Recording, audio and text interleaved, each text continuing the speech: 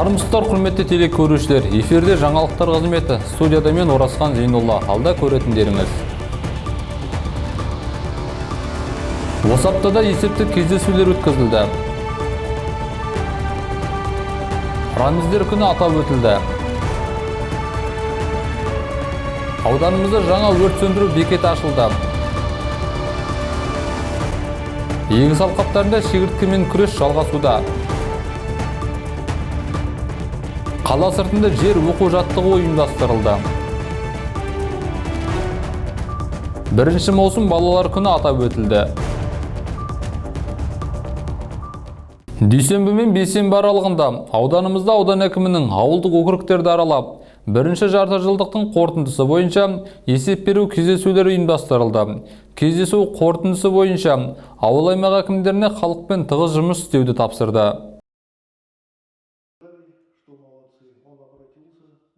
Жарқайың ауданының әкімі Жанболат Хамитов ауылдар мен ауылдық округтардың және Державин қаласының тұрғындарымен кездесу өткізді. Кездесуге ауыл тұрғындары, Жарқайың ауданының прокуроры, полиция бөлімі қызметкерлері, аудандық мәслихат депутаттары, аудандық ұйым басшылары, денсаулық сақтау өкілдері, аномастика маманы, жер қатынастары және мәселелері бойынша мамандары қатысты. Аудан әкімі ауыл тұрғындарын 2024 жылдың 1 жарты жылдығындағы ауданның әлеуметтік экономикалық даму қорытындылары туралы хабардар етті. Құрметті жерлестер, басымыздан өткен су тасқыны кезеңінде бір адамдай жұмылып атсалысқан баршаңызға алғысымды білдіремін. Бұл уақытта сіздер батылдық, қайсарлық танытып, материалдық, психологиялық, физикалық күш бердіңіздер. Сол себепті алғысым шексіз. Сондай-ақ халықпен кездесу барысында ауылдық округ әкімдерінің есептері және учаскелік полиция инспекторларының атқарылған жұмыстар туралы есебі тыңдалды.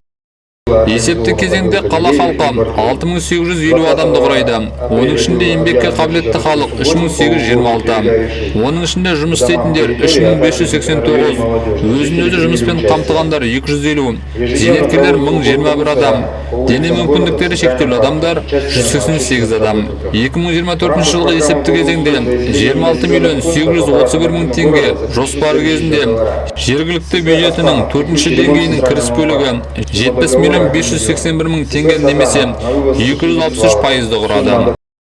Халықпен ауыл тұрғындарымен кездесу барысында білім беру, денсаулық сақтау, жолдардың жөнделуі, байланыс желісі, оқушылардың жазғы демалысын ұйымдастыру, төтенше жағдайлардан жапа шеккен тұрғындарға қолдау көрсету және басқа да мәселелер көтерілді. Есепті кездесу қорытындысы бойынша аудан әкімі жетекшілік ететін бөлімге бірқатар нақты тапсырмалар берді. 4 маусым рәміздер күні қарсаңында қаламызда салтанатты жиын өтіп, орталық алаңда мемлекеттік рәміз көк туымыз биікке көтерілді. Оған ауданымыздың патриот жастары қатысып, көк байрақты желбіретті. Державин қаласының орталық алаңында Қазақстан Республикасының мемлекеттік рәміздері күніне арналған салтанатты шара өтті. Салтанатты шарада Жарқайың ауданының Державин қаласының әкімі Заур Смағұлов қала тұрғындарын мерекемен құттықтап, амандық, бақыт және бейбітшілік тіледі. Истинный патриотизм начинается именно с уважения к государственным символам. Нағыз патриотизм мемлекеттік символдарды құрметтеуден басталады. Көптеген елдерде мемлекеттік символдар сол елдің имиджін білдіреді. Ұлттық мақтаныштың бөлшегі ретінде қызмет атқарады. Мемлекеттік гимн, елтаңба және ту бұл біздің жалпы мақтанышымыз. Сол себепті атаулы күнмен баршаңызды құттықтаймын.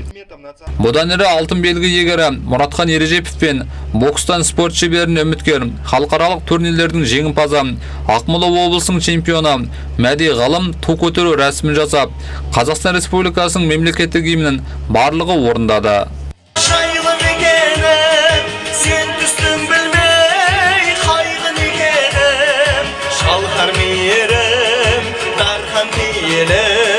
Сеземін шексіз байлық мекенім, Қазақстаным жанашыр елім, көзімнің білдір қарашық елім, жаңбыр жауғар ауасы керім, атам мекенім дәл осы. Өткен аптада Костычево ауылдық округінде жаңа өрт сөндіру бекеті ашылды.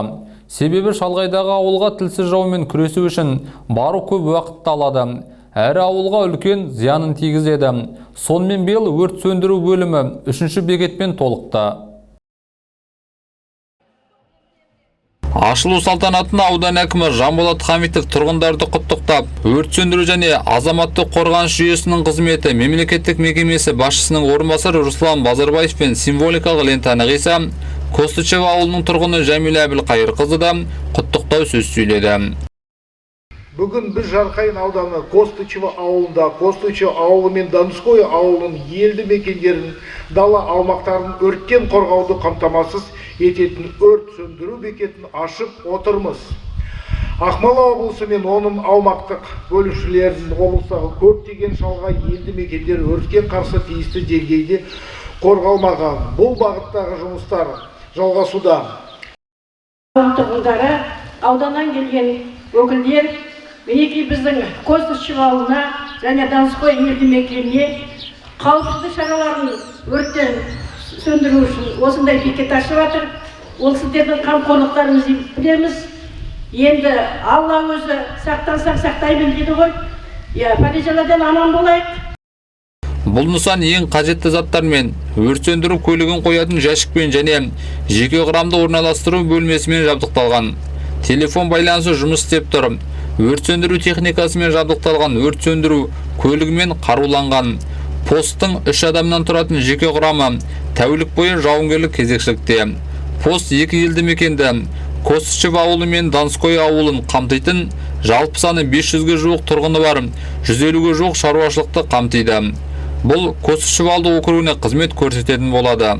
Сегодня, 31 мая 2024 года, мы Бүгін Костычева ауылында жаңа өрт сөндіру бекеті ашылуда. Оған жергілікті атқарушы билік пен төтенше жағдайлар бөлімі атсалысты. Бұл өртпен қатар басқа да төтенше жағдайлардың алдын алуға сеп болады. Посттың ашылуы тұрғындарды өрттен қорғауды қамтамасыз етеді. Себебі шалғайдағы орналасқан ауылдарға аудан орталығынан бару өте қиын соғады. Ауданымызда шегірткемен күрес жалғасуда. Сәрсенбінің сәтінде ауданымызға облыстық аумақтық инспекциясының басшысы келіп, алқаптарды аралады. Толығырақ сюжеттен көріңіздер. Кеңес жұмысына Ақмола облысының ауыл шаруашылығы және жер қатынастары басқармасының басшысы Кенеш Әрімжанов, Ақмола облыстық аумақтық инспекциясының басшысы Қанат Айтқожин, фитосанитариялық диагностика және болжамдар әдістемелік орталығы Ақмола облыстық филиалының басшысы Нұрбек Садықов, аудан әкімінің орынбасары Мәрия Жекебатырова, Ақмола облысының біздің және басқа да аудандарының әдістемелік орталықтарының аумақтық инспекциясы мен филиалдарының басшылары, ауыл шаруашылығы жер қатынастары, қала ауыл және ауылдық округ әкімдері, сондай-ақ Zoom режимінде Қостанай облысының шекаралас аймақтарының өкілдері шегіртке зиянкестерінің таралуына жол бермеу жөніндегі іс-шаралар жоспарын бірлесіп әзірлеу үшін бөлімдердің басшылары қатысты.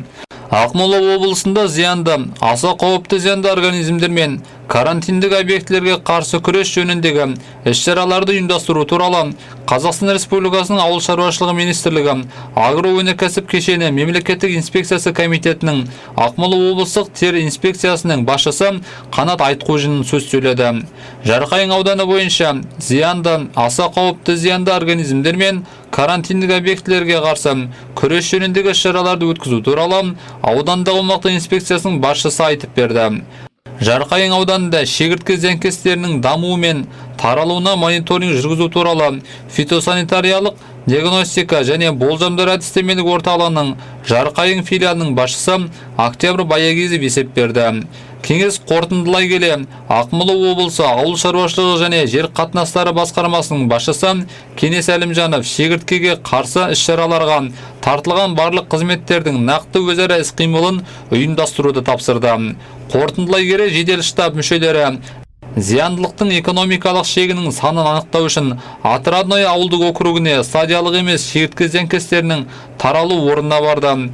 Қазақстан Республикасы ауыл шаруашылығы министрлігі агроөнеркәсіп кешені мемлекеттік инспекция комитетінің Ақмола облыстық Аумақтық инспекциясының басшысы Қанат Айтқожин шегірткелерге қарсы емдеу жоспарымен таныстырды. Қанат Айтқожин жедел штабтың негізгі қызметі ескерту екенін атап өтті. Шегірткелер табылған жағдайда егістіктерде шопандар, механизаторлар, қорықшылар, құрылымдардың басшылары, барлық адамдар бұл туралы дереу штабқа хабарлау керек деді. Жалпы күш-жүгермен фермерлер шегіртке түріндегі кезекті табиғи апатқа қарсы күресте тұра алады деп үміттенеміз. 3-4 маусым аралығында ауданымызда жер республикалық штабтық оқу-жаттығу ұйымдастырылды.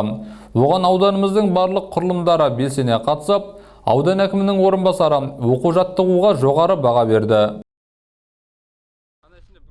Азаматтық қорғаудың аумақтық кіші жүйесінің басқару органдарының күштері мен құралдарының табиғи апат жер сілкінісіне байланысты төтенше жағдайлар туындаған кездегі іс-қимылдарға дайындық деңгейін арттыру мақсатында 2024 жылғы 3-4 маусым аралығында Державин қаласында жер 2024 республикалық командалық штабтық оқу-жаттығулар өткізілді.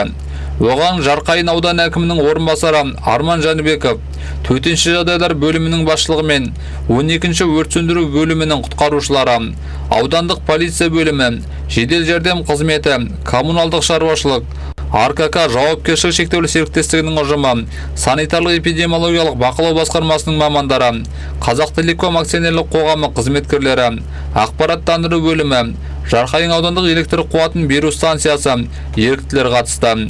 Оқу-жаттығу алдын ала дайындалған сценарий бойынша жүрді. Жиын саптық түгендеуден басталды.